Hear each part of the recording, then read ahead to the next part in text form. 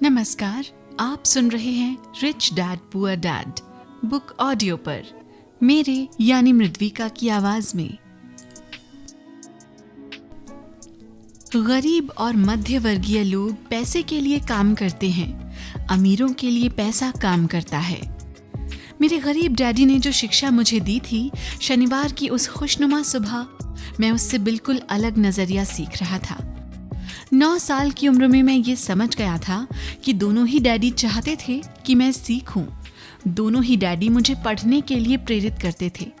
फर्क सिर्फ इतना था कि दोनों के सुझाए विषय अलग अलग थे। मेरे पढ़े लिखे डैडी चाहते थे कि मैं वही करूं जो उन्होंने किया था। बेटे, मैं चाहता हूं कि तुम मेहनत से पढ़ो, अच्छे नंबर लाओ, ताकि तुम्हें किसी बड़ी कंपनी में सुरक्षित नौकरी मिल सके। और ये अच्छी तरह देख लो कि इसमें बहुत से दूसरे लाभ हों। मेरे अमीर डैडी चाहते थे कि मैं ये सीखूं कि पैसा कैसे काम करता है, ताकि मैं इससे अपने लिए काम करवा सकूं। ये सबक मुझे जीवन भर उनके मार्गदर्शन में सीखना था, ना कि किसी क्लासरूम में। मेरे अमीर डैडी ने मेरा पहला सबक जारी रखा। मैं खुश हूं कि तुम 10 सेंट प्रति घंटे के हिसाब से काम करने पर गुस्सा हो गए। अगर तुम गुस्सा नहीं हुए होते तो तुम ऐसा खुशी खुशी करते रहते, तो मैं तुमसे साफ कह देता कि मैं तुम्हें नहीं सिखा सकता। ये जान लो कि सच्ची शिक्षा में ऊर्जा, प्रबल भावना और जबरदस्त इच्छा की जरूरत होती है। गुस्से उस फॉर्मूला का एक बहुत बड़ा हिस्सा है। क्योंकि प्रबल भावना में गुस्से और प्रेम का समन्वय होता है। जब पैसे की बात आती है तो ज्यादातर लोग सुरक्षित रास्ता खोजते हैं, इसलिए प्रबल भावना उन्हें राह नहीं दिखा पाती। उन्हें राह दिखाता है उनका डर। तो क्या इसीलिए वे कम तनख्वाह पर काम करने के लिए राजी हो जाते हैं? मैंने पूछा। हाँ, अमीर डैडी ने कहा। कुछ लोग कहते हैं कि मैं लोगों का शोषण करता हूं, क्योंकि मैं उन्हें उतनी तनख्वाह नहीं देता जितनी उन्हें अगर प्लांटेशन या सरकार की तरफ से मिलती है। मैं यही कहना चाहता हूं कि लोग खुद अपना शोषण करते हैं, डरते हुए हैं, मैं नहीं। पर क्या आपको नहीं लगता कि आपको उन्हें ज्यादा तनख्वाह देनी चाहिए? मैंने पूछा। मुझे ज्यादा देने की जरूरत ही नहीं है, और इसके अलावा ज्यादा पैसा मिलने से उनकी समस्या नहीं सुलझेगी। अपने डैडी को ही देख लो, वे बहुत सा पैसा कमाते हैं और फिर भी वे अपने बिलों का भुगतान नहीं कर पाते। दुनिया में ऐसे बहुत से लोग हैं जिन्हें अगर ज्यादा पैसा मिल जाए तो वे ज्यादा कर्ज में डूब जाएंगे। तो इसी कारण आपने मुझे 10 सेंट प्रति घंटे की तनख्वाह दी? मैंने मुस्कुराते हुए कहा। ये सबक का हिस्सा था। बिल्कुल सही, अमीर डैडी ने मुस्कुराकर कहा। देखो, तुम्हारे डैडी स्कूल गए और उन्होंने बहुत बढ़िया शिक्षा इसलिए हासिल की ताकि उन्हें अच्छी तनख्वाह वाली नौकरी मिल सके, जो उन्हें मिल गई। परंतु उनके पास आज भी पैसे की तंगी है। ऐसा इसलिए है क्योंकि उन्होंने स्कूल में पैसे के बारे में कुछ भी नहीं सीखा। और सबसे बड़ी बात यह है कि वे पैसे के लिए काम करने में भरोसा करते हैं। और आप नहीं करते? मैंने पूछा। नहीं, सच पूछा जाए तो नहीं, अमीर डैडी ने कहा। अगर तुम पैसे के लिए काम करना सीखना चाहते हो तो स्कूल में ही रहो। ये सीखने के लिए उससे बढ़िया जगह कोई नहीं है।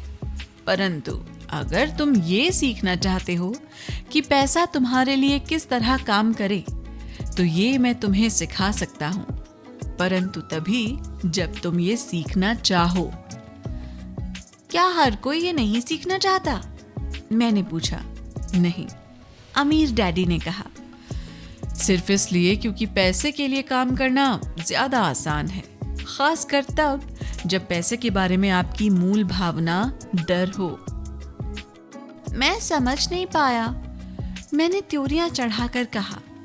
उसकी चिंता फिलहाल मत करो, अभी इतना ही समझ लो कि डर के कारण ही ज्यादातर लोग अपनी नौकरी कर रहे हैं। अपने बिलों का भुगतान न कर पाने का डर, नौकरी से निकाल दिया जाएगा इस बात का डर, पर्याप्त पैसा ना होने का डर, एक बार फिर से शुरू करने का डर, ये किसी व्यवसाय को सीखने और पैसे के लिए काम करने की कीमत है।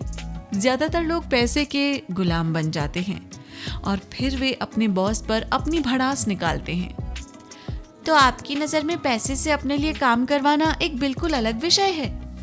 मैंने पूछा। बिल्कुल, अमीर डैडी ने जवाब दिया। बिल्कुल। शनिवार की उस खुशनुमा सुबह हवाई में हम लोग चुपचाप बैठे रहे। मेरे दोस्त उस समय लिटिल लीग बेसबॉल गेम शुरू कर ही रहे होंगे, पर किसी वजह से मैं खुश था कि मैंने 10 सेंट प्रति घंटे के हिसाब से काम करने का फैसला किया था। मुझे लगा कि मैं कुछ ऐसा सीखने जा रहा था जो मेरे दोस्त स्कूल में कभी नहीं सीख पाएंगे। सीखने के लिए तैयार? अमीर डैडी ने पूछा। बिल्कुल, मैंने दांत निकाल कर कहा। मैंने अपना वादा निभाया है। मैंने तुम्हें दूर बैठे बैठे भी सिखाया है, अमीर डैडी ने कहा। 9 साल की उम्र में तुम्हें इस बात का पता चल चुका है कि पैसे के लिए काम करना कैसा होता है। अपने पिछले महीने को 50 सालों से गुणा कर लो और तुम्हें इस बात का अंदाजा हो जाएगा कि ज्यादातर लोगों की जिंदगी किस तरह गुजरती है। मैं समझ नहीं पाया, मैंने कहा। जब तुम मुझसे मिलने के लिए लाइन में इंतजार कर रहे थे तो तुम्हें कैसा लग रहा था? एक बार नौकरी के लिए और दूसरी बार तनख्वाह बढ़वाने के लिए? भयानक, मैंने कहा। अगर तुम पैसे के लिए काम करने का विकल्प चुनते हो तो ज्यादातर लोगों के लिए जिंदगी का मतलब यही होता है, अमीर डैडी ने कहा। और तुम्हें तब कैसा लगा था जब मिसेस मार्टिन ने तुम्हारे हाथ में 3 घंटे के काम के 3 सिक्के थमाए थे? मुझे लगा था कि ये काफी नहीं है। मुझे लग रहा था कि ये कुछ भी नहीं है। मैं निराश हुआ था, मैंने कहा।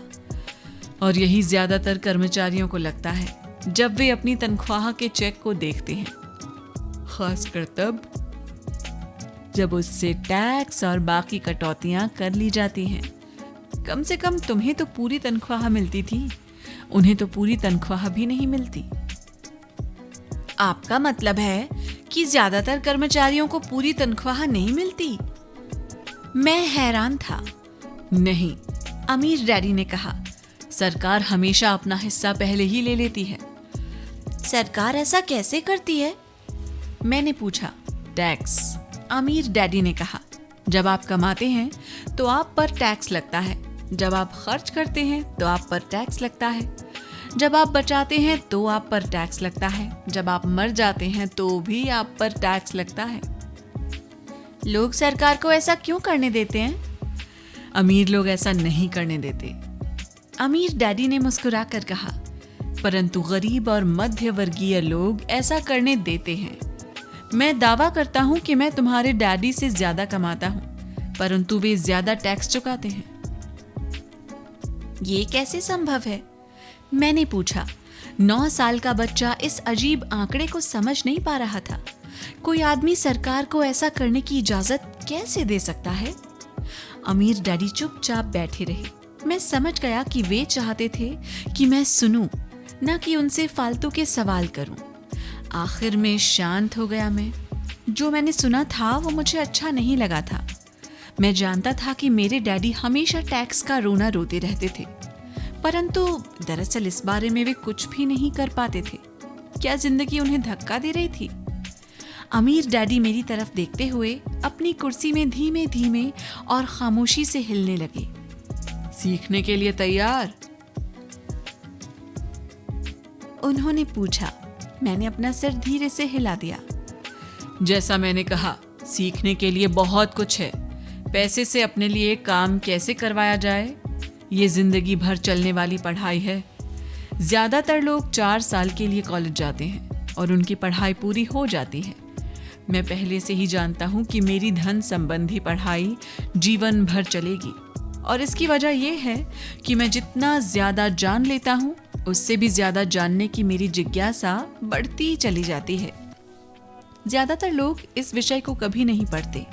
वे नौकरी पर जाते हैं, अपनी तनख्वाह लेते हैं, अपनी चेकबुक को बैलेंस करते हैं और बात खत्म हो जाती है। इसके बाद भी उन्हें अचरज होता है कि उनके जीवन में पैसे की समस्याएं क्यों हैं। फिर वे सोचते हैं कि ज्यादा पैसों से उनकी समस्या हल हो जाएगी। बहुत कम लोगों को यह एहसास होता है कि असली समस्या धन संबंधी शिक्षा या ज्ञान की है।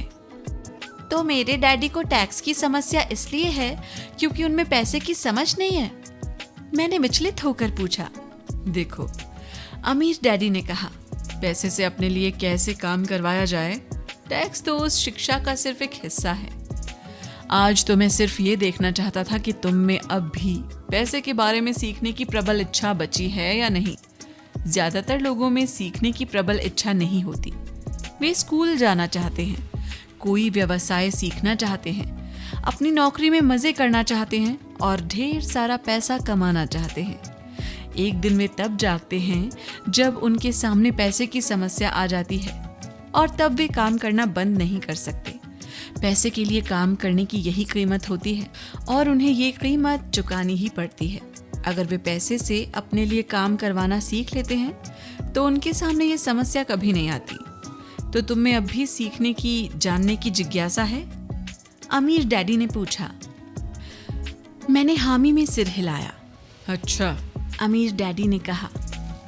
अब काम पर वापस जाओ और इस बार मैं तुम्हें बिल्कुल तनख्वाह नहीं दूंगा। क्या? मैंने हैरान होकर पूछा। तुमने सही सुना है, तनख्वाह बंद। तुम हर शनिवार 3 घंटे उसी तरह काम करोगे, परंतु इस बार तुम्हें 10 सेंट प्रति घंटे के हिसाब से तनख्वाह नहीं मिलेगी। तुम्ही ने तो कहा है कि तुम पैसे के लिए काम करना नहीं सीखना चाहते, इसलिए मैं तुम्हें बदले में कुछ भी नहीं दूंगा। मुझे अपने सुने हुए शब्दों पर भरोसा नहीं हो रहा था। मैंने माइक से पहले ही बात कर ली है। वो पहले से ही काम कर रहा है, मुफ्त में डिब्बों की सफाई कर रहा है और उन्हें करीने से जमा रहा है। अब तुम भी जल्दी से जाकर काम में जुट जाओ। ये ठीक नहीं है, मैं चिल्लाया। आपको कुछ ना कुछ तनख्वाह तो देनी चाहिए। तुमने कहा था कि तुम सीखना चाहते हो।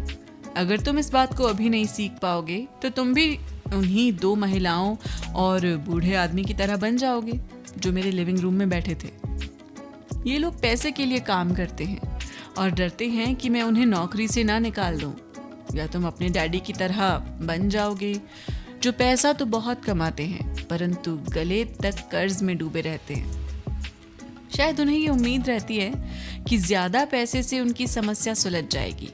अगर तुम यही चाहते हो तो मैं एक बार फिर 10 सेंट के अपने पुराने वादे पर लौटने के लिए तैयार हूँ। या तुम वो कर सकते हो जो ज्यादातर लोग करते हैं, इस बारे में शिकायत करो कि तनख्वाह बहुत कम है और तुम ये नौकरी छोड़कर दूसरी नौकरी की तलाश शुरू कर दो। मेरी समझ में नहीं आ रहा है कि मैं क्या करूं, मैंने पूछा। अमीर डैडी ने अपने सिर पर उंगली रखी। इसका इस्तेमाल करो, उन्होंने कहा। अगर तुम इसका सही इस्तेमाल करोगे तो तुम मुझे जल्द ही इस बात के लिए धन्यवाद दोगे कि मैंने तुम्हें मौका दिया और एक दिन तुम बहुत अमीर आदमी बन जाओगे। मैं वहां ये सोचते हुए खड़ा था कि मुझे कितना घटिया विकल्प दिया जा रहा है। मैं यहाँ अपनी तनख्वाह बढ़वाने आया था और अब मुझे मुफ्त में काम करने के लिए कहा जा रहा है। अमीर डैडी ने एक बार फिर अपनी उंगली को सिर पर रखा और कहा, इसका इस्तेमाल करो। अब यहाँ से जाओ और अपने काम में जुट जाओ। सबक 1, अमीर लोग पैसे के लिए काम नहीं करते। मैंने अपने गरीब डैडी को ये नहीं बताया कि अब मैं मुफ्त में काम कर रहा हूँ। उन्हें ये समझ में नहीं आता।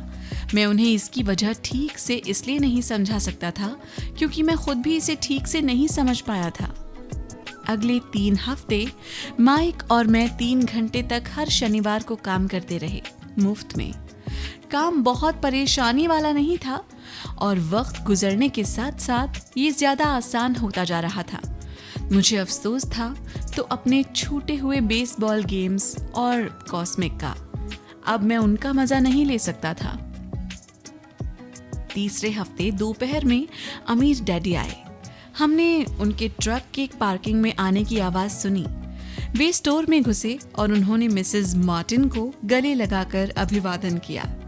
स्टोर में क्या चल रहा है ये जानने के बाद वे आइसक्रीम फ्रीजर के पास गए, उसमें से 2 आइसक्रीम निकाली, उनका दाम चुकाया और इसके बाद मेरी और माइक की तरफ इशारा करके कहा, चलो घूमने चलते हैं।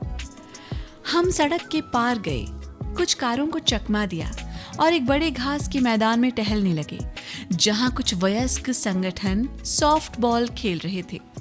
दूर की पिकनिक टेबल पर बैठकर उन्होंने माइक और मुझे आइसक्रीम दी। कैसा चल रहा है? बढ़िया, माइक ने कहा। मैंने सहमति में सिर हिलाया। कुछ और सीखा? अमीर डैडी ने पूछा। माइक और मैंने एक दूसरे की तरफ देखा, अपने कंधे उचकाए और अपने सिर को ना में एक साथ हिलाया। जिंदगी के सबसे बड़े जाल से बचना। अच्छा ये होगा कि तुम बचपन से ही ये सोचना शुरू कर दो। तुम अब जिंदगी के सबसे बड़े सबक को देख रहे हो।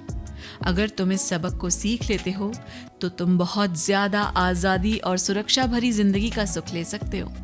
अगर तुम ये सबक नहीं सीख पाते हो तो तुम भी मिसेस मार्टिन और इस पार्क में खेल रहे ज्यादातर लोगों की तरह ही बन जाओगे। वे बहुत ज्यादा मेहनत करते हैं परंतु उनके बदले में उन्हें बहुत कम पैसे मिलते हैं। वे नौकरी की सुरक्षा के मोह में फंसे रहते हैं। हर साल मिलने वाली 3 हफ्ते की छुट्टियों और 45 साल तक काम करते रहने के बाद मिलने वाली थोड़ी सी पेंशन का सपना देखते रहते हैं। अगर इस तरह की जिंदगी जीने में तुम्हें सुख मिलता है तो मैं तुम्हारी तनख्वाह बढ़ाकर 25 सेंट प्रति घंटा कर सकता हूँ। परंतु ये लोग अच्छे लोग हैं और मेहनती भी हैं, फिर आप उनका मजाक क्यों उड़ा रहे हैं? मैंने पूछा। अमीर डैडी के चेहरे पर मुस्कान आ गई। मिसेस मार्टिन मेरे लिए माँ जैसी हैं। मैं इतना कठोर नहीं हो सकता कि उनका मजाक उड़ाऊं।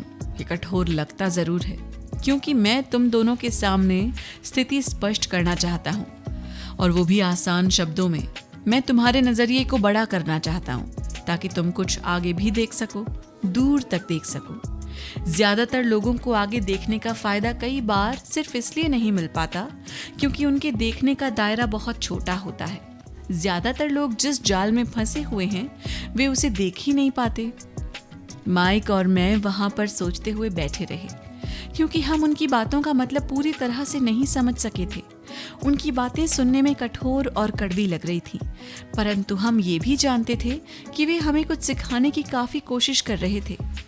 मुस्कुराहट के साथ अमीर डैडी ने कहा, क्या 25 सेंट प्रति घंटे का ऑफर अच्छा नहीं लगा? क्या इससे दिल की धड़कन तेज नहीं हुई? मैंने अपना सिर ना में हिलाया, जबकि असल में ऐसा ही हुआ था। 1 घंटे काम के बदले में 25 सेंट मेरे हिसाब से बहुत बढ़िया सौदा था। अच्छा, मैं तुम्हें 1 घंटे के लिए $1 दूंगा, अमीर डैडी ने शरारत भरी मुस्कान के साथ कहा। अब मेरा दिल तूफान मेल की तरह दौड़ रहा था। मेरा दिमाग चीख चीख कर कह रहा था, इसकी बात मान लो, मान लो। मुझे अपने कानों पर भरोसा नहीं हो रहा था, परंतु फिर भी मैं चुप रहा। अच्छा, $2 प्रति घंटे। मुझे ऐसा लगा जैसे मेरे छोटे से 9 साल पुराने दिमाग में किसी ने बम फोड़ दिया हो। 1956 में $2 प्रति घंटे की कमाई मुझे दुनिया का सबसे अमीर बच्चा बना देती। मैं इतना सारा पैसा कमाने की कल्पना भी नहीं कर सकता था। मैं ही कहना चाहता था। मैं सौदा पक्का करना चाहता था। मुझे नई साइकिल दिख रही थी, नए बेसबॉल के ग्लव्स दिख रहे थे। मेरे पास कड़क नोट देखकर मेरे दोस्तों की जलन और तारीफ भी मुझे साफ दिख रही थी। सबसे बड़ी बात तो ये थी कि जिमी और उसके अमीर दोस्त मुझे फिर कभी गरीब नहीं कह सकते थे, परंतु किसी वजह से मैं खामोश खड़ा रहा। हो सकता है कि मेरे दिमाग में गर्मी बढ़ जाने से उसका फ्यूज उड़ गया हो, परंतु मन ही मन मैं $2 प्रति घंटे का ऑफर मानने के लिए बेताब था। आइसक्रीम पिघल चुकी थी और मेरे हाथ पर बह रही थी। आइसक्रीम की डंडी खाली थी और इसके नीचे वेनिला और चॉकलेट के टुकड़े थे जिसके मजे चींटियां ले रही थी। अमीर डैडी हम दोनों बच्चों को देख रहे थे जो आंखें फाड़कर और खाली दिमाग से उन्हें घूर रहे थे। उन्हें मालूम था कि वे हमारी परीक्षा ले रहे हैं और वे ये भी जानते थे कि हमारे दिल का एक कोना उस ऑफर को मानने के लिए बेताब हो रहा होगा। वो जानते थे कि हर व्यक्ति की आत्मा का एक हिस्सा कमजोर और जरूरतमंद होता है जिसे खरीदा जा सकता है, और वे ये भी जानते थे कि हर व्यक्ति की आत्मा का एक हिस्सा मजबूत और दृढ़ निश्चयी होता है जिसे कभी नहीं खरीदा जा सकता। असली सवाल ये था कि इनमें से कौन सा हिस्सा ज्यादा ताकतवर है। उन्होंने अपनी जिंदगी में हजारों लोगों की परीक्षा ली थी। जब वे नौकरी मांगने के लिए आए, लोगों का इंटरव्यू लेते थे, तो वे हर बार आत्माओं की परीक्षा लेते थे। अच्छा, $5 प्रति घंटे। अचानक मेरे अंदर शांति छा गई। कुछ था जो बदल गया था। ऑफर बहुत ही बड़ा था और मूर्खतापूर्ण लग रहा था। 1956 में गिने चुने वयस्कों को $5 प्रति घंटे से ज्यादा मिलता होगा। लालच खत्म हो गया था और इसकी जगह शांति ने ले ली थी। धीमे से मैं अपनी बाईं तरफ खड़े माइक की तरफ मुड़ा। उसने भी मेरी तरफ देखा। मेरी आत्मा का जो हिस्सा कमजोर और जरूरतमंद था वो खामोश हो चुका था। मेरा वो हिस्सा जिसे खरीदा नहीं जा सकता था वो आगे आ चुका था। मेरे दिमाग और आत्मा में पैसे को लेकर हुए इस युद्ध में शांति और विश्वास जीत चुके थे। मैं जानता था कि माइक भी उसी बिंदु पर पहुंच चुका होगा। अच्छा, अमीर डैडी ने धीमे से कहा, ज्यादातर लोगों की एक कीमत होती है और उनकी कीमत इसलिए होती है क्योंकि हम सभी में 2 भावनाएं होती हैं, डर और लालच। पहले तो पैसे के बिना रहने से, डर से हमें कड़ी मेहनत करने की प्रेरणा मिलती है। इसके बाद जब हमें तनख्वाह मिलती है तो हम में लालच या इच्छा की भावना जाग जाती है। पैसा होने पर हम उन बढ़िया चीज़ों के बारे में सोचने पर मजबूर हो जाते हैं जो उस पैसे से खरीदी जा सकती हैं। इस तरह हमारी जिंदगी का एक पैटर्न बन जाता है। किस तरह का पैटर्न? मैंने पूछा। सुबह जागने, काम पर जाने, खर्च करने। सुबह जागने, काम पर जाने, खर्च करने। लोगों को जिंदगी हमेशा डर और लालच, इन्हीं 2 भावनाओं से चलती है। उन्हें अगर ज्यादा पैसा दे भी दें तो वे इसी पैटर्न पर चलकर अपना खर्च बढ़ा लेंगे। इसी पैटर्न को मैं चूहा दौड़ कहता हूँ। क्या कोई दूसरा रास्ता भी है? माइक ने पूछा। हाँ, अमीर डैडी ने धीमे से कहा, परंतु इसे बहुत कम लोग खोज पाते हैं। और वो रास्ता क्या है? माइक ने पूछा। उसी रास्ते को तुम लोग काम करते हुए और मेरे साथ सीखते हुए खोज लोगे। मैं यही उम्मीद करता हूँ। इसी कारण मैंने तुम्हें पैसे देना बंद कर दिया है। इस बारे में कोई संकेत तो दीजिए, माइक ने कहा। हम लोग मेहनत से काम करते करते थक चुके हैं, खासकर तब जब इसके बदले में हमें कुछ नहीं मिल रहा है। पहला कदम तो ये कि तुम लोग सच बोलो, अमीर डैडी ने कहा। हम लोग झूठ नहीं बोल रहे हैं, मैंने कहा। मैंने कब कहा कि तुम लोग झूठ बोल रहे हो? मैं तो ये कह रहा हूँ कि सच्ची बात कह देनी चाहिए, अमीर डैडी ने जवाब दिया। किस बारे में? मैंने पूछा। इस बारे में कि तुम लोगों को कैसा लग रहा है, अमीर डैडी ने कहा। तुम्हें ये किसी और से कहने की जरूरत नहीं है, सिर्फ अपने आप से सच बोलो। आपके कहने का मतलब ये है कि इस पार्क में मौजूद लोग, आपके लिए काम करने वाले लोग, मिसेस मार्टिन, ये सब लोग ऐसा नहीं करते?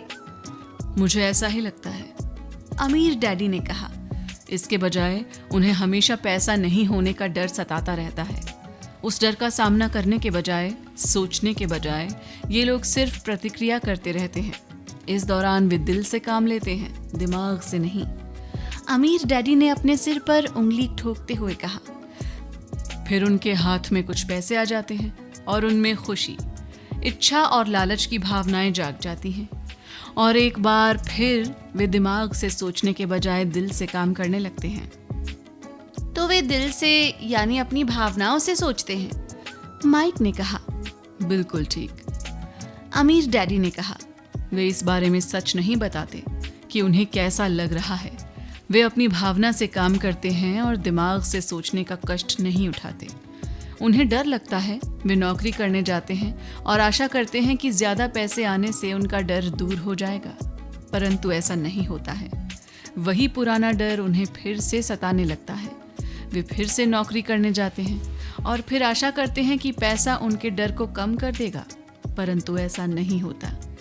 डर के ही कारण वे नौकरी के जाल में फंसे रहते हैं। पैसा कमाते हैं, काम करते हैं, पैसा कमाते हैं और आशा करते हैं कि डर से उनका पीछा छूट जाएगा, परंतु हर रोज जब वे उठते हैं तो उनका पुराना डर भी उनके साथ उठता है। वही पुराना डर करोड़ों लोगों को रात भर जगाता है और उनकी रात बहुत चिंता और परेशानी में गुजरती है।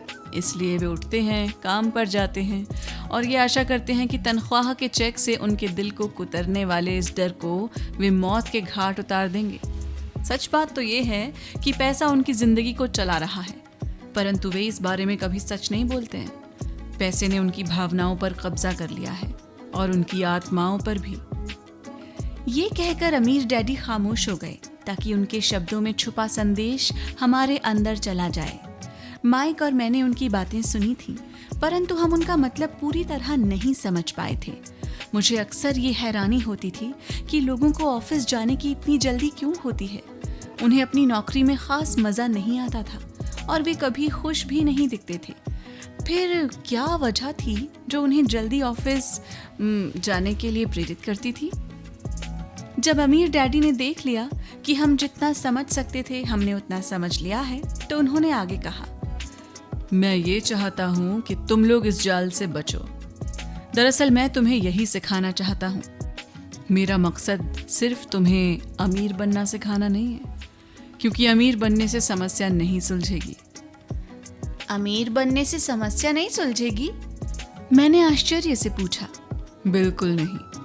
मुझे दूसरी भावना, इच्छा के बारे में अपनी बात पूरी करने दो। कुछ लोग इसे लालच कहते हैं, परंतु मैं इसे इच्छा कहना ज्यादा पसंद करता हूँ। ये बुरा नहीं है कि हम किसी बेहतर, ज्यादा सुंदर, ज्यादा सुखद या रोमांचक चीज की इच्छा रखें। लोग इच्छा की वजह से भी पैसे के लिए काम करते हैं। उन्हें सुख के लिए भी पैसे की जरूरत होती है, क्योंकि वे मानते हैं कि पैसे से सुख खरीदा जा सकता है। परंतु पैसा जो खुशी देता है वो अक्सर पल भर की होती है। उन्हें ज्यादा खुशी, ज्यादा आनंद, ज्यादा आराम, ज्यादा सुरक्षा हासिल करने के लिए और ज्यादा पैसे की जरूरत होती है।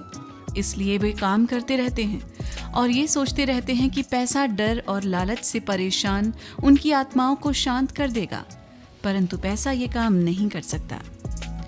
अमीर होने के बाद भी नहीं? माइक ने पूछा। हाँ, अमीर होने के बाद भी नहीं, अमीर डैडी ने कहा। दरअसल बहुत से अमीर लोग इच्छा के कारण नहीं बल्कि डर के कारण अमीर होते हैं। वे सचमुच सोचते हैं कि दौलत हो तो पैसे न होने का डर, गरीब होने का डर खत्म हो जाता है। इसलिए वे ढेर सारी दौलत जमा कर लेते हैं और तब जाकर उन्हें पता चलता है कि उनका डर और बढ़ गया है। उन्हें अब इसके खोने की चिंता सताने लगती है। मैं ऐसे दोस्तों को जानता हूँ जो बहुत सा पैसा होने के बाद भी काम में जुटे रहते हैं। मैं ऐसे लोगों को भी जानता हूँ जिनके पास आज करोड़ों की दौलत है, परंतु वे आज उससे भी ज्यादा चिंतित और परेशान हैं जितने वे अपनी गरीबी के दिनों में थे। उन्हें इस बात का डर है कि वे अपनी सारी दौलत खो देंगे, और अमीर बनने से पहले जो डर उन्हें सता रहे थे वे अमीर बनने के बाद और भी बढ़ गए हैं। दरअसल उनकी आत्मा का कमजोर और जरूरतमंद हिस्सा अब और तेजी से चीख रहा है।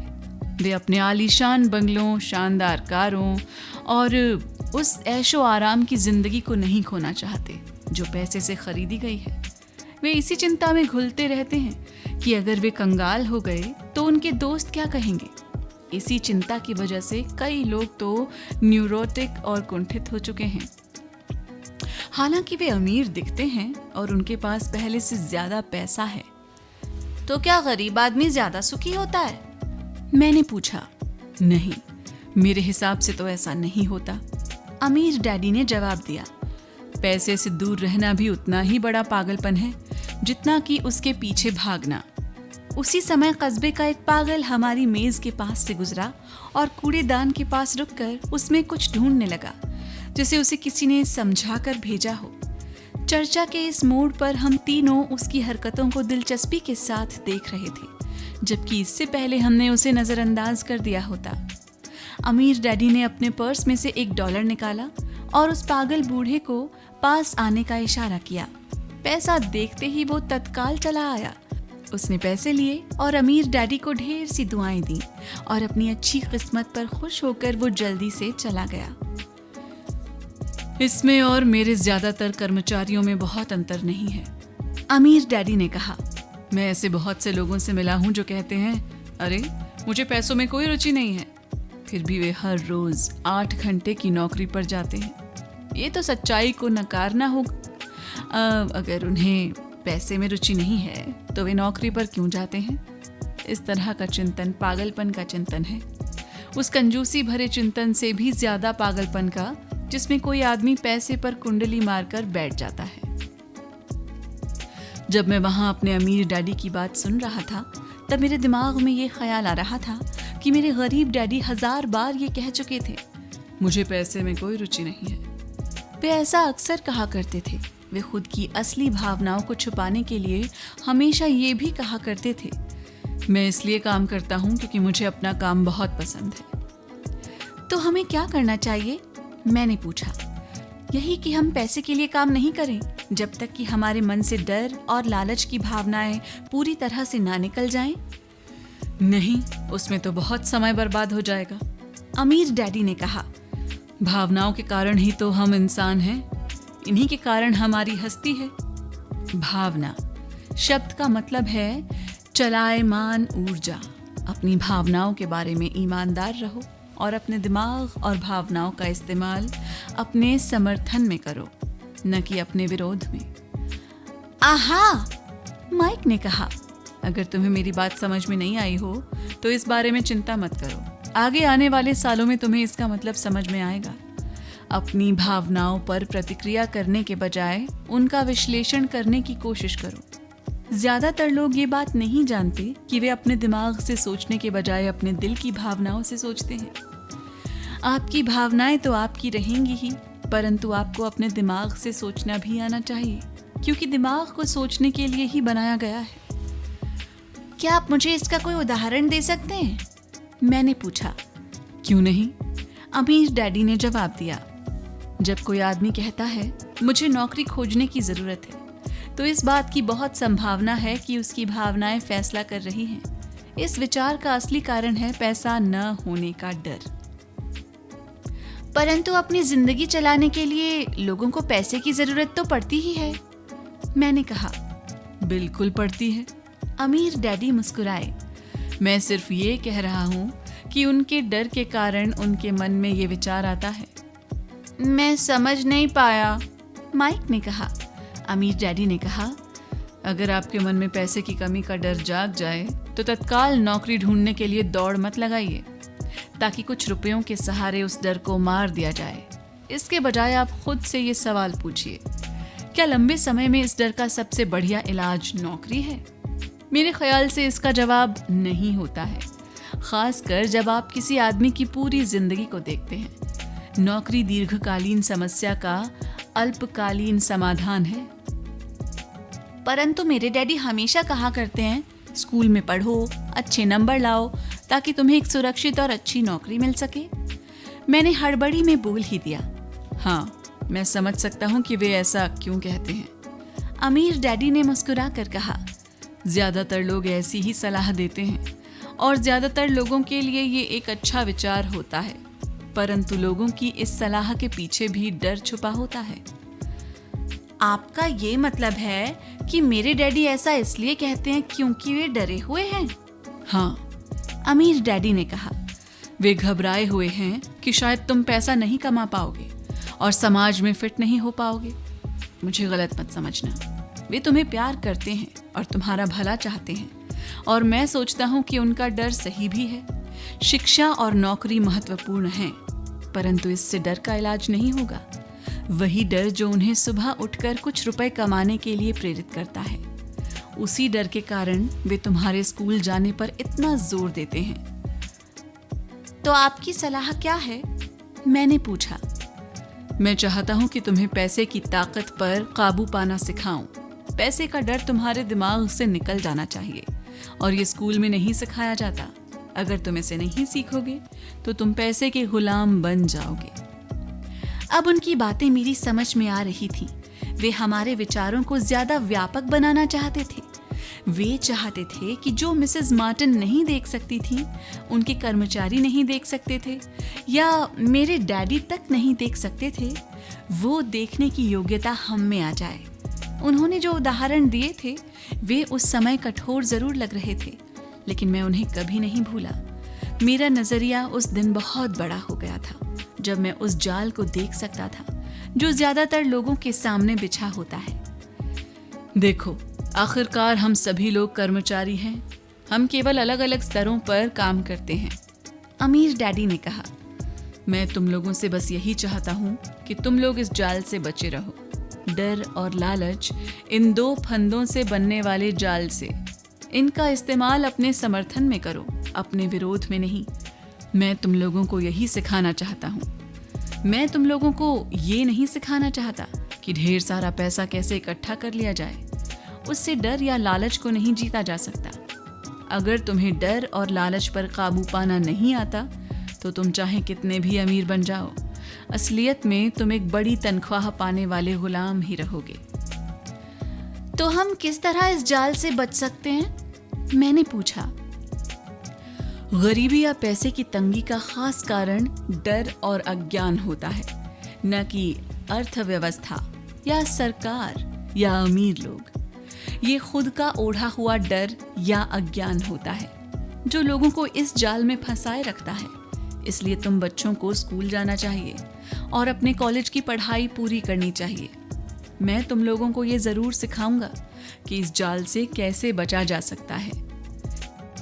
पहेली के टुकड़े अब सामने आ चुके थे। मेरे पढ़े लिखे डैडी के पास बड़ी डिग्रियां थीं और एक बढ़िया करियर भी था, परंतु स्कूल ने उन्हें ये कभी नहीं सिखाया कि धन या अपने डर को किस तरह से काबू में रखा जाता है। अब मैं समझ चुका था कि मैं अपने दोनों डैडियों से अलग अलग परंतु महत्वपूर्ण बातें सीख सकता हूँ। तो आप पैसा ना होने के डर के बारे में बात कर रहे थे। पैसे की इच्छा किस तरह हमारी सोच पर असर डालती है? माइक ने पूछा। तुम्हें तब कैसा महसूस हुआ था जब मैंने तुम्हारी तनख्वाह बढ़ाने का लालच दिया था? क्या तुमने ये देखा था कि तुम्हारी इच्छाएं किस तरह बढ़ रही थी? हमने अपने सिर हिलाकर हामी भरी। पर तुमने अपनी भावनाओं के सामने हार नहीं मानी और इस कारण तुम लोगों ने जल्दबाजी में काम नहीं लिया। इससे तुम्हें सोचने का वक्त मिल गया। ये सबसे महत्वपूर्ण है। हम में हमेशा डर और लालच की भावनाएं रहेंगी। इसी क्षण से तुम लोगों के लिए ये सबसे महत्वपूर्ण है कि तुम इन भावनाओं का इस्तेमाल अपने समर्थन में करो और लंबे समय तक ऐसा करो। अपनी भावनाओं को अपने दिमाग पर हावी मत होने दो और इस तरह अपने विचारों को दूषित मत होने दो। ज्यादातर लोग डर और लालच का इस्तेमाल खुद के विरोध में करते हैं। ये अज्ञान की शुरुआत होती है। डर और इच्छा की भावनाओं के कारण ही ज्यादातर लोग तनख्वाह के चेक, तनख्वाह में बढ़ोतरी और नौकरी की सुरक्षा के पीछे भागते भागते अपनी पूरी जिंदगी निकाल देते हैं। असल में वे ये सोचते नहीं हैं कि भावनाओं के आधार पर बने हुए ये विचार उन्हें किस तरफ ले जा रहे हैं। ये तो वही बात हो गई जिसमें गाड़ी खींचने वाले गधे के सामने उसका मालिक गाजर लटकाए रखता है जो उसकी नाक के ठीक सामने होती है। गधे का मालिक जहां जाना चाहता है वहां जाता है, परंतु गधा तो लालच के कारण भाग रहा है। कल गधे के लिए दूसरी गाजर आ जाएगी और गधा उसका पीछा करने लगेगा। आपके कहने का मतलब ये है कि जिस समय मैंने नए बेसबॉल ग्लव्स, कैंडी और खिलौनों के सपने देखना शुरू किया, उस समय मेरी हालत उस गधे की तरह हो गई थी जो गाजर के पीछे भागता है? माइक ने पूछा। हाँ, और उम्र के साथ साथ तुम्हारे खिलौने भी ज्यादा महंगे होते जाएंगे। अपने दोस्तों पर रौब झाड़ने के लिए एक नई कार, एक नाव और एक आलीशान घर। अमीर डैडी ने मुस्कुराकर कहा। डर आपको दरवाजे से बाहर धक्का देता है। इच्छा आपको अंदर बुलाती है, आपको चट्टानों की तरफ ललचाती है। यही जाल है। तो इसकी काट क्या है? माइक ने पूछा। डर और इच्छा अज्ञान की वजह से बढ़ते हैं। इसलिए अमीर लोगों के पास जितना ज्यादा पैसा होता है, उनका डर भी उतना ही ज्यादा बड़ा होता है। धन ही गाजर है, भ्रम है। अगर गधा पूरी तस्वीर देख सकता तो शायद वो गाजर का पीछा करने के अपने फैसले पर दोबारा सोचता। अमीर डैडी ने आगे ये समझाया कि आदमी की जिंदगी अज्ञान और ज्ञान के बीच होने वाला संघर्ष है। उन्होंने बताया कि एक बार कोई आदमी खुद के बारे में ज्ञान की खोज करना बंद कर देता है तो उसकी जिंदगी में अज्ञान घुस जाता है। ये संघर्ष हर पल होता है, इसीलिए हमें ये फैसला करना है, ये सीखना है कि अपने दिमाग को खुला रखा जाए या इसे बंद कर लिया जाए। देखो, स्कूल बहुत ज्यादा महत्वपूर्ण है। आप स्कूल इसलिए जाते हैं ताकि आप वहाँ कोई कला या व्यवसाय सीख सकें और इस तरह से आप समाज में योगदान दे सकें। हर समाज में शिक्षकों, डॉक्टरों, मैकेनिकों, कलाकारों, रसोइयों, व्यावसायिक लोगों, पुलिस अफसरों, दमकल कर्मियों और सिपाहियों की जरूरत होती है। स्कूल उन्हें ये सब सिखाते हैं ताकि हमारा समाज विकसित हो सके और हमारी संस्कृति समृद्ध हो सके। अमीर डैडी ने कहा, दुर्भाग्य से कई लोगों के लिए स्कूल शिक्षा का अंत होता है, शुरुआत नहीं। एक लंबी खामोशी छाई रही। अमीर डैडी मुस्कुरा रहे। उस दिन उन्होंने जो कहा था वो मैं पूरी तरह से नहीं समझ पाया था, परंतु ज्यादातर महान शिक्षकों के शब्द सालों तक हमें सिखाते रहते हैं। उनके शब्द इसी तरह से आज भी मेरे साथ हैं। मैं आज थोड़ा निर्मम हुआ, अमीर डैडी ने कहा। एक वजह से निर्मम हुआ। मैं चाहता था कि तुम लोगों को आज की ये चर्चा हमेशा याद रहे। मैं चाहता हूँ कि तुम लोग हमेशा मिसेस मार्टिन के बारे में सोचो।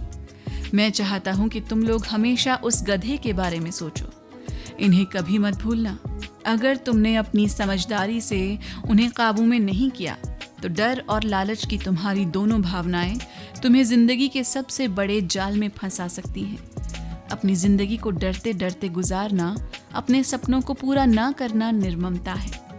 ये भी निर्ममता है कि पैसे के लिए कड़ी मेहनत की जाए और ये भी सोचा जाए कि पैसे से खरीदी गई चीजें सुख दे सकती हैं। बिल चुकाने के डर से घबराकर आधी रात को जागना जीने का एक भयानक तरीका है। तनख्वाह के हिसाब से जिंदगी जीना भी कोई जीना है। ये सोचना कि कोई नौकरी आपको सुरक्षा का एहसास दे सकती है, खुद से झूठ बोलना है। ये निर्ममता है और यही वो जाल है जिससे मैं तुम्हें बचाना चाहता हूँ। मैंने देखा है कि पैसा किस तरह से लोगों की जिंदगियों को चलाता है। ऐसा अपने साथ मत होने देना। भगवान के लिए पैसे को अपनी जिंदगी मत चलाने देना। हमारी मेज के नीचे सॉफ्ट बॉल आ गई। अमीर डैडी ने उसे उठाया और वापस खिलाड़ियों के पास फेंक दिया। तो अज्ञान का लालच और डर से क्या ताल्लुक है? मैंने पूछा। ये पैसे का अज्ञान ही है जिसकी वजह से इतना लालच और इतना डर पैदा होता है, अमीर डैडी ने कहा। मैं तुम्हें कुछ उदाहरण देता हूँ। एक डॉक्टर जो अपने परिवार को ज्यादा खुशी देना चाहता है, अपनी फीस बढ़ा देता है। उसकी फीस बढ़ने की वजह से स्वास्थ्य सुविधाएं हर एक के लिए महंगी हो जाती हैं। अब इससे गरीब लोगों को सबसे ज्यादा नुकसान पहुंचता है। इसलिए गरीब लोगों का स्वास्थ्य अमीर लोगों से ज्यादा बुरा होगा। अब चूंकि डॉक्टरों ने अपनी फीस बढ़ा दी है, इसलिए वकील भी अपनी फीस बढ़ा देते हैं। चूंकि वकीलों ने अपनी फीस बढ़ा दी है, इसलिए स्कूल के टीचर भी अपनी तनख्वाह बढ़वाना चाहते हैं, जिसके कारण हमारा टैक्स बढ़ता है और ये सिलसिला अनंत काल तक यूं ही चलता रहता है। जल्द ही अमीर और गरीब लोगों के बीच इतना भयानक अंतर हो जाएगा कि प्रलय आ जाएगी और एक और महान सभ्यता धराशायी हो जाएगी। महान सभ्यताएं तभी धराशायी हुई हैं जब अमीरों और गरीबों के बीच का फासला बहुत ज्यादा हो गया है। अमेरिका भी उसी रास्ते पर चल रहा है और इससे ये साबित होता है कि इतिहास अपने आप को दोहराता है, क्योंकि हम इतिहास से कुछ नहीं सीखते हैं। हम केवल ऐतिहासिक तारीखें और नाम रटते हैं, उनके सबक को भूल जाते हैं। क्या कीमतें नहीं बढ़नी चाहिए? मैंने पूछा। अच्छी तरह से चल रही सरकार और एक शिक्षित समाज में तो नहीं। कीमतें दरअसल कम होनी चाहिए। जाहिर है कि ऐसा केवल सिद्धांत में ही हो सकता है। कीमतें अज्ञान से पैदा हुए लालच और डर के कारण बढ़ती हैं। अगर स्कूलों में धन के बारे में सिखाया जाता तो लोगों के पास ज्यादा पैसा होता और बाजार की कीमतें भी कम होती, परंतु स्कूलों में सिर्फ पैसे के लिए काम करना सिखाया जाता है, पैसे की ताकत का इस्तेमाल नहीं सिखाया जाता। परंतु हमारे यहाँ बिजनेस स्कूल भी है, माइक ने पूछा। क्या आप मुझे अपनी मास्टर्स डिग्री के लिए बिजनेस स्कूल जाने के लिए प्रेरित नहीं कर रहे हैं? अमीर डैडी ने कहा, परंतु अक्सर ऐसा होता है कि बिजनेस स्कूल ऐसे कर्मचारियों को प्रशिक्षित करते हैं जो परिष्कृत बीन काउंटर्स होते हैं। ईश्वर ही मालिक है जब कोई बीन काउंटर बिजनेस संभाल ले। वे सिर्फ संख्या को देखते हैं, लोगों को निकालते हैं और बिजनेस का गला घोंट देते हैं। मैं जानता हूँ क्योंकि मैं बीन काउंटर्स से काम लेता हूँ। वे सिर्फ इतना ही सोचते हैं कि लागत कैसे कम की जाए और कीमत कैसे बढ़ाई जाए, जिससे बहुत सी समस्याएं पैदा हो जाती हैं। बीन काउंटिंग भी महत्वपूर्ण है। मैं सोचता हूँ कि ज्यादा लोगों को इस बारे में जानना चाहिए, परंतु ये भी पूरी तस्वीर नहीं बताती। अमीर डैडी ने गुस्से से कहा। तो फिर क्या इसका कोई हल है? माइक ने पूछा। हाँ, अमीर डैडी ने कहा, सोचने के लिए अपनी भावनाओं का इस्तेमाल करना सीखो। अपनी भावनाओं के बहाव में आकर मत सोचो। जब तुम लोग मुफ्त में काम करने के लिए तैयार हो गए थे तो तुमने अपनी भावनाओं को काबू में रखना सीख लिया था। तभी मैं समझ गया था कि तुमसे उम्मीद की जा सकती है। जब मैंने तुम्हें ज्यादा तनख्वाह का लालच दिया तब तुमने एक बार फिर भावनाओं की बात नहीं मानी। तुम ताकतवर भावनाओं के बावजूद सोचना सीख रहे थे। ये पहला कदम था। ये कदम इतना महत्वपूर्ण क्यों है? मैंने पूछा। ये तुम अपने आप जान जाओगे। अगर तुम सीखना ही चाहते हो तो मैं तुम लोगों को ब्रायर पैच में ले जाऊंगा। ये वो जगह है जिससे लोग बचते हैं। मैं तुम्हें उस जगह पर ले जाऊंगा जहां जाने में ज्यादातर लोगों को डर लगता है। अगर तुम मेरे साथ जाओगे तो तुम्हारे मन से पैसे के लिए काम करने का विचार निकल जाएगा। इसके बजाय तुम ये सीखोगे कि पैसे से कैसे काम लिया जा सकता है। और अगर हम आपके साथ जाते हैं तो हमें क्या मिलेगा? अगर हम आपसे सीखने के लिए तैयार होते हैं तो हमें क्या मिलेगा? मैंने पूछा। वही जो ब्रायर रैबिट को मिला था, अमीर डैडी ने कहा। टार बेबी से आजादी। क्या ऐसा कोई ब्रायर पैच होता है? मैंने पूछा। हाँ, अमीर डैडी ने कहा। डर और लालच ही ब्रायर पैच हैं। अपने डर से पीछा छुड़ाकर, अपने लालच का सामना करके, अपनी कमजोरियों और ज़रूरतों को पहचान कर ही हम बाहर निकलने के रास्ते तक पहुंच सकते हैं। और बाहर निकलने का रास्ता हमारे दिमाग से होकर गुजरता है, सही विचारों को चुनने से। विचारों को चुनने से? माइक ने आश्चर्यचकित होकर पूछा। हाँ, इस विचार को चुनकर कि हम क्या सोचेंगे, बजाय इसके कि हम अपनी भावनाओं में बहकर लगातार प्रतिक्रिया करते रहें। सुबह उठने और काम पर जाने से ही आपकी समस्याएं नहीं सुलझ जाती, क्योंकि बिल चुकाने के लिए पर्याप्त पैसा न होने का डर आपको सताता रहेगा। सोचने से आपको खुद से एक सवाल पूछने का समय मिलता है। इस तरह का सवाल, क्या इस समस्या का सबसे बढ़िया समाधान इस पर और ज्यादा मेहनत करना है? ज्यादातर लोग इतनी बुरी तरह घबराए होते हैं कि वे खुद अपने आप को असली बात नहीं बताते कि डर हावी हो रहा है, और नतीजा ये निकलता है कि वे सोच ही नहीं पाते और इसके बजाय दरवाजे से बाहर दौड़ लगा देते हैं। टार बेबी हावी हो जाती है। अपने विचार चुनने से मेरा यही मतलब था। पर हम ऐसा किस तरह करेंगे? माइक ने पूछा। यही तो मैं तुम्हें सिखाने वाला हूँ। मैं तुम्हें ये सिखाऊंगा कि तुम्हारे पास चुनने के लिए विचारों के विकल्प होने चाहिए, ताकि तुम हड़बड़ी में काम करने से बच सको। जैसे अपनी सुबह की कॉफी पीकर दरवाजे से बाहर दौड़ लगाने की आदत से। मैंने तुमसे जो पहले कहा था उसे याद रखो। नौकरी दीर्घकालीन समस्या का अल्पकालीन समाधान है। ज्यादातर लोगों के दिमाग में सिर्फ एक समस्या होती है और ये थोड़े समय की होती है। ये समस्या होती है महीने के आखिर में चुकाए जाने वाले बिल, यानी टार बेबी। अब पैसा उनकी जिंदगी चलाता है, या मैं ये कहूँ कि पैसे को लेकर उनका डर और अज्ञान उनकी जिंदगी चलाते हैं। तो वे वही करते हैं जो उनके माँ बाप ने किया था। सुबह उठो और पैसे के लिए काम करो। वे इतना समय भी नहीं निकाल पाते कि ये सोच सकें क्या कोई दूसरा तरीका है? इस वक्त वे दिल से सोचते हैं, दिमाग से नहीं। दिल से सोचने और दिमाग से सोचने में क्या फर्क होता है? माइक ने पूछा। अमीर डैडी ने जवाब दिया। मैं इस तरह के जुमले अक्सर सुनता हूँ। हर आदमी को काम करना पड़ता है, या अमीर लोग शोषक होते हैं, या मैं दूसरी नौकरी ढूंढ लूँगा, मेरी तनख्वाह बढ़नी चाहिए, आप इस तरह मेरा शोषण नहीं कर सकते, या मैं इस नौकरी को इसलिए पसंद करता हूँ क्योंकि ये सुरक्षित है। इसके बजाय हमें ये कहना चाहिए, क्या यहाँ ऐसा कुछ है जो मुझे नहीं मिल रहा है? इस तरह भावना पर आधारित हमारे विचारों की जंजीर टूट जाएगी और हमें ज्यादा अच्छे तरीके से सोचने का मौका मिल जाएगा। मुझे मानना ही पड़ेगा कि मेरे लिए ये सबक एक महान सबक साबित हुआ। ये जानना कि कब कोई आदमी दिल से बोल रहा है और कब दिमाग से, किसके शब्दों में भावनाएं छुपी हुई हैं और किसके शब्दों में विचार। ये एक ऐसा सबक था जो जिंदगी भर मेरे काम आया, खास तौर पर तब जब मैं अपने दिल से यानी अपनी भावनाओं से बोल रहा था, न कि अपने विचारों या दिमाग से। जब हम स्टोर की तरफ वापस मुड़े तो अमीर डैडी ने ये कहा कि अमीर लोग हकीकत में पैसा बनाते हैं, वे इसके लिए काम नहीं करते।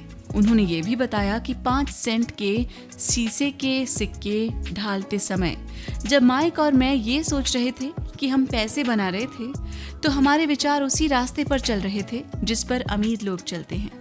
दिक्कत सिर्फ इतनी थी कि हमारे लिए ऐसा करना गैर कानूनी था। सरकार और बैंकों के लिए ऐसा करना कानूनी था, परंतु हमारे लिए नहीं था। उन्होंने ये भी बताया कि पैसा कानूनी और गैर कानूनी दोनों ही तरीकों से कमाया जा सकता है। अमीर डैडी ने बाद में हमें ये समझाया कि अमीर लोग जानते हैं कि धन एक भ्रम है जो हकीकत में गधे के सामने लटकी गाजर की तरह होता है। धन के भ्रम के कारण जो डर और लालच पैदा होता है, उसकी वजह से ही अरबों खरबों लोग ये सोचते रहते हैं कि धन असली चीज है। धन दरअसल एक माया जाल है। जनता के अज्ञान और भरोसे के भ्रम की वजह से ही ताश के पत्तों का ये महल खड़ा रह पाता है। सच कहा जाए तो गधे की गाजर धन से ज्यादा कीमती है, उन्होंने कहा। उन्होंने अमेरिका के गोल्ड स्टैंडर्ड के बारे में भी बात की और ये बताया कि हर डॉलर का नोट असल में चांदी का प्रमाण पत्र है। उन्हें इस अफवाह से चिंता हो रही थी कि किसी दिन हम लोग गोल्ड स्टैंडर्ड को तोड़ देंगे और हमारे डॉलर चांदी के प्रमाण पत्र नहीं रहेंगे। जब ऐसा होगा बच्चों, तो कयामत आ जाएगी। गरीब, मध्य वर्गीय और नासमझ लोगों की जिंदगी इसलिए बर्बाद हो जाएगी क्योंकि वे ये भरोसा करते रहेंगे कि धन ही असली चीज है और वे जिस कंपनी के लिए काम करते हैं वो कंपनी या सरकार उनका ध्यान रखेगी। उनकी बातें उस दिन हमारी समझ में नहीं आ रही थी, परंतु सालों बाद जाकर मुझे ये समझ में आया कि ये बड़े पत्ते की बात थी। वो देखना जो दूसरे नहीं देख पाते। जब वे अपने पिकअप ट्रक में चढ़े तो उन्होंने कहा, काम करते रहो बच्चों, पर जितनी जल्दी तुम तनख्वाह की ज़रूरत को भूल जाओगे, तुम्हारी आगे की ज़िंदगी उतनी ही आसान हो जाएगी। अपने दिमाग का इस्तेमाल करो, मुफ्त में काम करो और जल्दी ही तुम्हारा दिमाग तुम्हें पैसे कमाने के दूसरे तरीके बता देगा। उन तरीकों से तुम इस नौकरी से ज़्यादा कमा लोगे। तुम ऐसी चीज़ें देख पाओगे जो दूसरे लोग कभी नहीं देख पाते। मौका उनकी नाक के नीचे होता है। फिर भी ज़्यादातर लोग इन मौक़ों को कभी नहीं देख पाते। इसका कारण ये है कि वे पैसे और सुरक्षा ढूंढते रहते हैं, इसलिए उन्हें यही मिलते हैं। जिस वक्त तुम एक मौका भांपने में कामयाब हो जाओगे, उसके बाद तुम जिंदगी भर मौका भांप सकते हो। जिस वक्त तुम ऐसा कर लोगे, मैं तुम लोगों को कुछ और बातें बताऊंगा। इस बात को ध्यान से समझ लो ताकि तुम जिंदगी के सबसे बड़े जाल से बच सको। वो टार बेबी तुम्हें कभी नहीं छू पाएगी। माइक और मैंने स्टोर से अपनी चीजें उठाईं और मिसेस मार्टिन से गुड बाय कहा। हम वापस पार्क गए, उसी पिकनिक बेंच पर बैठे और वहां घंटों तक सोचते रहे और बातें करते रहे। हमने अगला हफ्ता स्कूल में इसी बारे में सोचते और बातें करते हुए बिताया। 2 सप्ताह तक हम लोग सोचते रहे, बातें करते रहे और मुफ्त में काम करते रहे। दूसरे शनिवार के आखिर में मैं मिसेस मार्टिन से दोबारा गुड बाय कह रहा था और कॉमिक बुक स्टैंड को ललचाई नजर से देख रहा था। हर शनिवार 30 सेंट ना मिलने में सबसे दुखद बात ये थी कि मेरे पास कॉमिक्स खरीदने के लिए बिल्कुल भी पैसे नहीं होते थे। अचानक जब मिसेस मार्टिन मुझे और माइक को गुड बाय कह रही थी, मैंने उन्हें एक ऐसा काम करते देखा जो इसके पहले कभी नहीं देखा था। मेरा मतलब है, मैंने इसके पहले उन्हें ऐसा करते देखा तो था, पर उस पर ध्यान नहीं दिया था। मिसेस मार्टिन ने कॉमिक्स के पहले पेज को आधा काटा और उसे संभाल कर अपने पास रख लिया। बाकी की पुस्तक को उन्होंने एक बड़े से भूरे कार्डबोर्ड के डिब्बे में डाल दिया। जब मैंने उनसे पूछा कि वे इन कॉमिक्स का क्या करती हैं, तो उन्होंने कहा, मैं उन्हें फेंक देती हूँ। जब वो नई कॉमिक्स लाता है तो मैं ऊपर के आधे कवर को क्रेडिट के लिए कॉमिक पर डिस्ट्रीब्यूटर को दे देती हूँ। वो 1 घंटे में आने ही वाला है। माइक और मैंने 1 घंटे इंतजार किया। जल्दी ही वो डिस्ट्रीब्यूटर आया और मैंने उससे पूछा कि क्या हमें कॉमिक्स मिल सकती है। इस पर उसने जवाब दिया, आपको मिल सकती है अगर आप इस स्टोर में काम करते हैं और अगर आप ये वादा करें कि आप उन्हें दोबारा नहीं बेचेंगे। हमारी पार्टनरशिप एक बार फिर कायम हो गई थी। माइक की मम्मी ने बेसमेंट में हमें एक खाली कमरा दे दिया जो उसके किसी काम नहीं आता था। हमने उसकी सफाई करके उसमें सैकड़ों कॉमिक्स जमा कर ली। जल्दी ही हमारी कॉमिक्स लाइब्रेरी लोगों के लिए खोल दी गई। माइक की छोटी बहन को पढ़ने का बहुत शौक था, इसलिए हमने उसे अपना लाइब्रेरियन बना दिया। लाइब्रेरी में आने और कॉमिक्स पढ़ने के लिए वो हर बच्चे से 10 सेंट लेती थी। स्कूल खत्म होने के बाद हर दोपहर 2:30 से 4:30 तक लाइब्रेरी खुलती थी। पड़ोस के बहुत से बच्चे इसके ग्राहक बन गए थे और वे जितनी कॉमिक्स पढ़ना चाहते थे 2 घंटे में पढ़ सकते थे। ये उनके लिए बहुत बढ़िया सौदा था, क्योंकि एक कॉमिक्स की कीमत 10 सेंट होती थी और 2 घंटे में वो 5 और 6 कॉमिक्स पढ़ लेते थे। माइक की बहन लौटते समय बच्चों की तलाशी लेती थी और ये देख लेती थी कि वे अपने कपड़ों में कॉमिक्स छुपा कर तो नहीं ले जा रहे हैं। वो इस बात का रिकॉर्ड भी रखती थी कि हर रोज कितने बच्चे आए, उनका नाम क्या था और उनके सुझाव क्या थे। माइक और मुझे 3 महीने तक हर हफ्ते $9.5 का औसत लाभ हुआ। हमने उसकी बहन को हर हफ्ते $1 का भुगतान किया और उसे मुफ्त में कॉमिक्स पढ़ने का फायदा भी दिया। हालांकि वो कॉमिक्स कभी कभार ही पढ़ती थी, क्योंकि वो हमेशा अपनी पढ़ाई में लगी रहती थी। माइक और मैं समझौते के मुताबिक हर शनिवार स्टोर में काम करते थे। साथ ही हम अलग अलग दुकानों से कॉमिक्स इकट्ठी करते थे। हमने वादे के मुताबिक कॉमिक्स नहीं बेची। जब कोई कॉमिक्स फट जाती थी तो हम उसे जला देते थे। हमने इसकी एक शाखा खोलने की कोशिश भी की, लेकिन हमें माइक की बहन की तरह मेहनती और भरोसेमंद लाइब्रेरियन नहीं मिला। बहुत कम उम्र में ही हमने ये जान लिया था कि अच्छे स्टाफ को खोजना कितना मुश्किल होता है। लाइब्रेरी खुलने के 3 महीने बाद हमारी लाइब्रेरी में एक समस्या आ गई। दूसरे मोहल्ले के कुछ गुंडे अंदर घुस आए और उन्होंने झगड़ना शुरू कर दिया। माइक के डैडी ने सुझाव दिया कि हम अपना ये कारोबार बंद कर दें, तो इस तरह हमारा कॉमिक्स का धंधा बंद हो गया और हमने कन्वीनियंस स्टोर पर हर शनिवार काम करना भी बंद कर दिया। फिर भी अमीर डैडी रोमांचित थे, क्योंकि उनके पास ऐसी बहुत सी नई बातें थीं जो वे हमें सिखाना चाहते थे। वे खुश थे क्योंकि हमने उनके पहले सबक को इतनी अच्छी तरह सीख लिया था। हमने ये भी सीख लिया था कि पैसे से अपने लिए काम कैसे करवाया जाता है। स्टोर में नौकरी के बदले में पैसा नहीं मिलता था, इसलिए हमें मजबूरन अपनी कल्पना शक्ति पर जोर डालना पड़ा ताकि हम पैसा कमाने का कोई दूसरा तरीका ढूंढ सकें। कॉमिक्स लाइब्रेरी हमारा अपना व्यवसाय था। हमारा धन हमारे काबू में था और हम किसी मालिक के मोहताज नहीं थे। इसमें सबसे अच्छी बात ये थी कि हमारे व्यवसाय से हमें तब भी पैसा मिलता था जब हम वहाँ स्वयं मौजूद नहीं होते थे। उस समय हम पैसे के लिए काम नहीं करते थे, बल्कि हमारा पैसा हमारे लिए काम करता था। ज्यादा तनख्वाह देने के बजाय अमीर डैडी ने हमें इतनी बढ़िया नसीहत दे दी थी